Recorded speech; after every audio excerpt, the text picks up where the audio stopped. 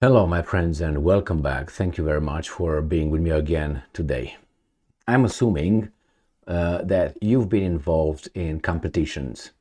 Competitions, for a job, maybe sports, whatever you do with other people.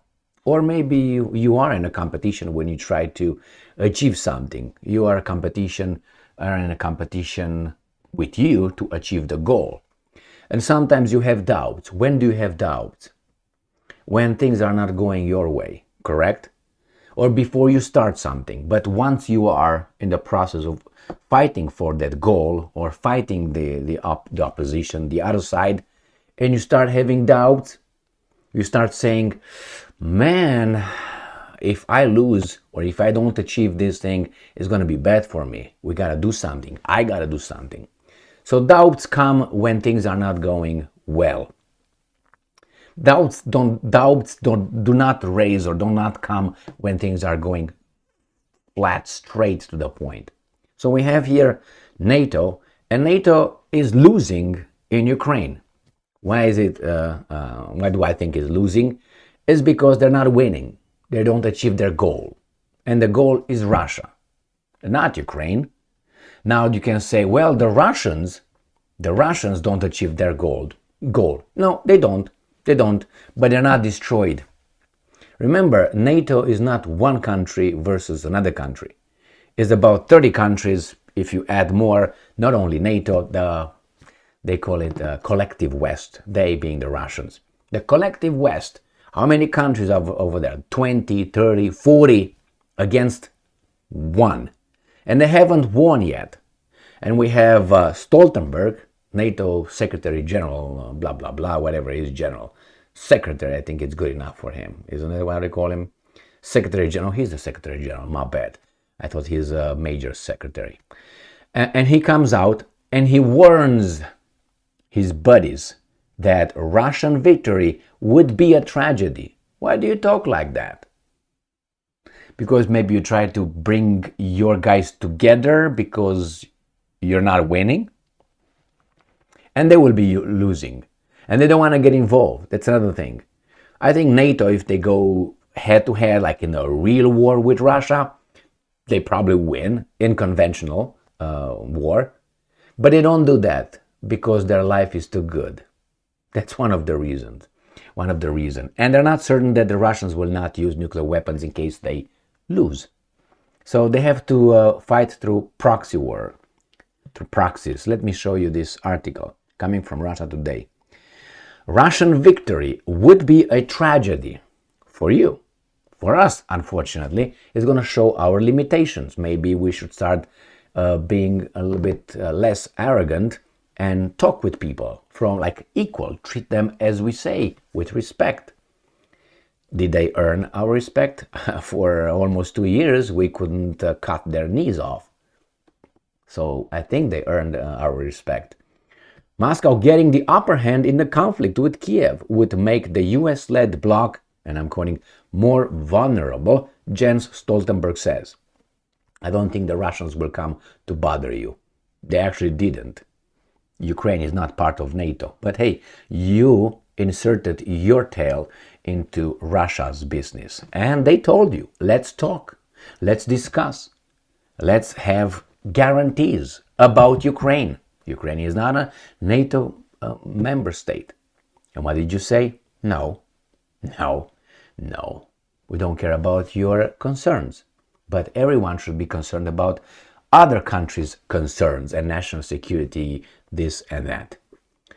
A victory for Russia in the conflict with Ukraine would affect NATO's security. So they're scared. Secretary General Jens Stoltenberg told reporters on Friday, the US-led bloc will continue to support Kiev with weapons and ammunition to avoid such a quote-unquote dangerous outcome, he added. Okay, you know that definition of insanity? Doing the same thing over and over or applying the same rules over and over and expect a different outcome? Good. So far you demonstrated that all the hundreds of billions of dollars that you invested, United States 118 billion and the other guys like 90 some billion, got you where? To say that these guys are winning or something? Or the situation is not kosher? Washington and its allies and partners are supporting Ukraine not just because they agreed to it at various meetings. Why did you agree?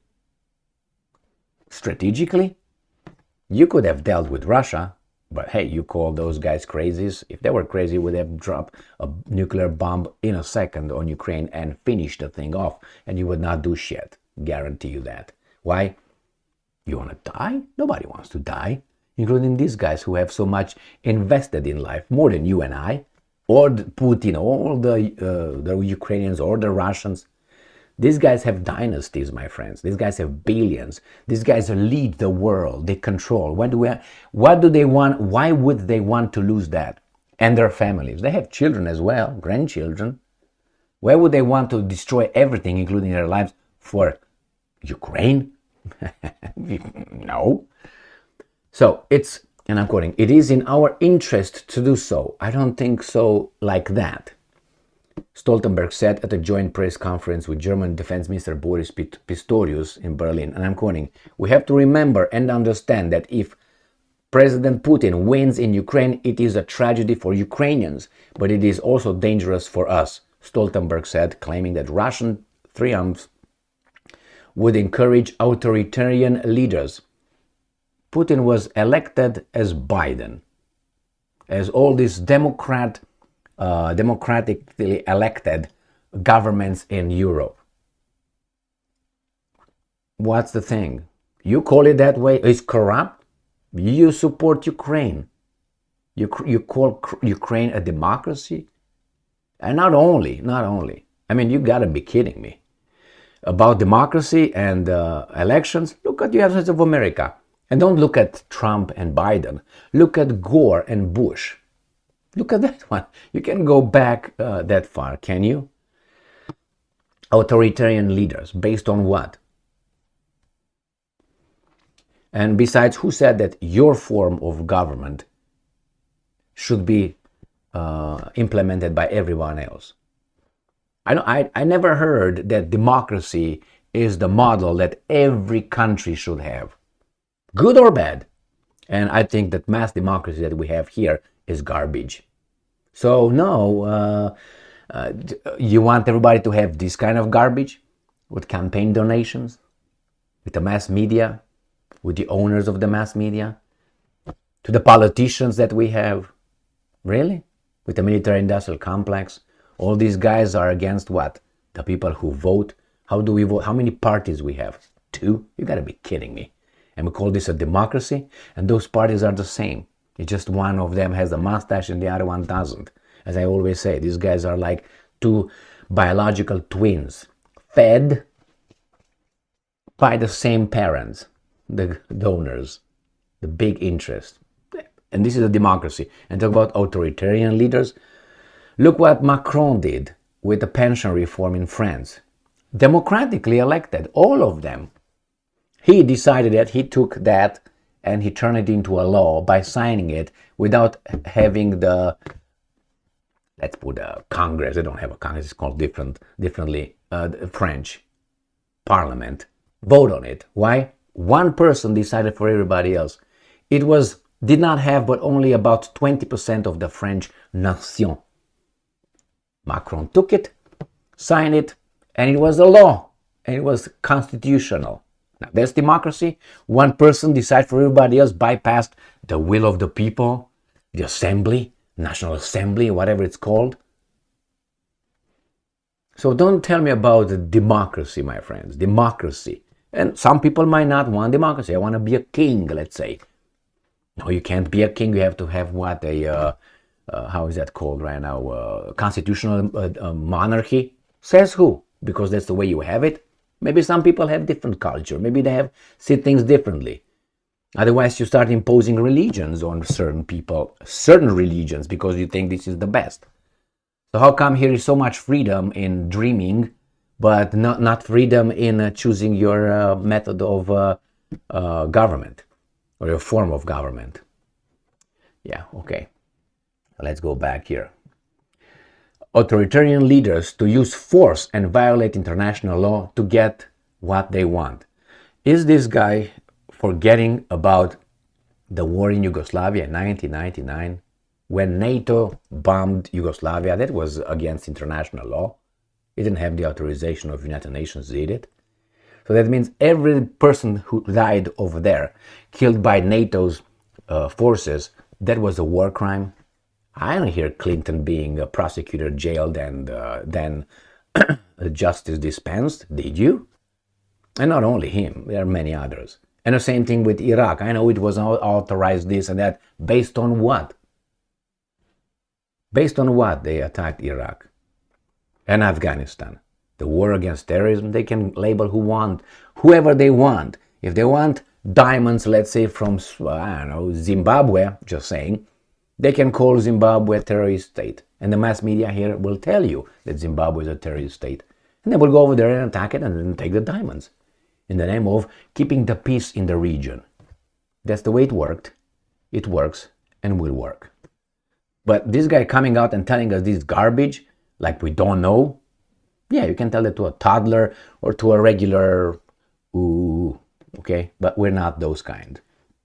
And I'm quoting, that will make us more vulnerable. Yes, that's true, Stoltenberg said, adding that he was confident that North America and Europe together will continue to support Ukraine. Yeah, and then we're going to have a worse life, right? Yeah, and our children will have a worse. In the name of what? They're going to have a good life. We won't have a good life, but we work like crazy. And that is why the only way to achieve a negotiated peaceful solution to this conflict, and to support Ukraine, and that this was the only way to achieve a negotiated peaceful solution. It shouldn't be in a conflict in the first place, Stoltenberg. I remember you talking in 2021 in December and October, and you dismissed the Russians' requests to discuss, to have guarantees and then demands. You said no. If this guy, we have open door policy in NATO. Okay, now that's against my real national interest, bringing your weapons next to my border. Well, deal with it. And the authoritarian dealt with it. And now you're crying like a female dog. And I'm quoting, we know that the stronger Ukraine is on the battlefield, the stronger their hand will be at the negotiating table. We're talking about negotiating now. See, that tells me there's a big fire because the smoke is out there. Tragedy, disaster, and negotiating table. His comments came as the Pentagon warned that military aid for Kiev was about to run dry if American lawmakers did not approve a new funding package for Ukraine. Now it says here that Kiev has repeatedly ruled out any talks with Moscow. So Russia has repeatedly signaled its readiness to engage in negotiation with Kiev, but has insisted that such talks should take Moscow security interests and the reality on the ground. It means we got the land. That's it. You fucked up. Too late now. People voted democratically like they did in Kosovo, right? And they got independence. The same in Donbass and in Crimea and all that. It's just because the Russians did it is wrong, but if the Americans did it, it's good. Forget about it, my friend. So, I think that is a tragedy for you guys. The problem is they drag us down in this tragedy. The tragedy will affect you and I more than it will affect Stoltenberg and others, or his family, or these guys who were part of this tragedy.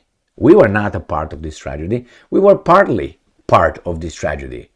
But we have our limits, and our limits are very, what can you do? You go and vote, spread the word, have a heart attack with idiots? Well, you got to do all that, my friends. You can't just lay down and die over there, because otherwise you don't complain if some other people destroy your life. That's that saying, if you don't participate in the political system somehow, then don't complain if an idiot will rule over you. And that's exactly what we have. We have idiots ruling over us, and it shows. Thank you very much for being with me again today. Stay strong, stay smart, look for the truth, and be just.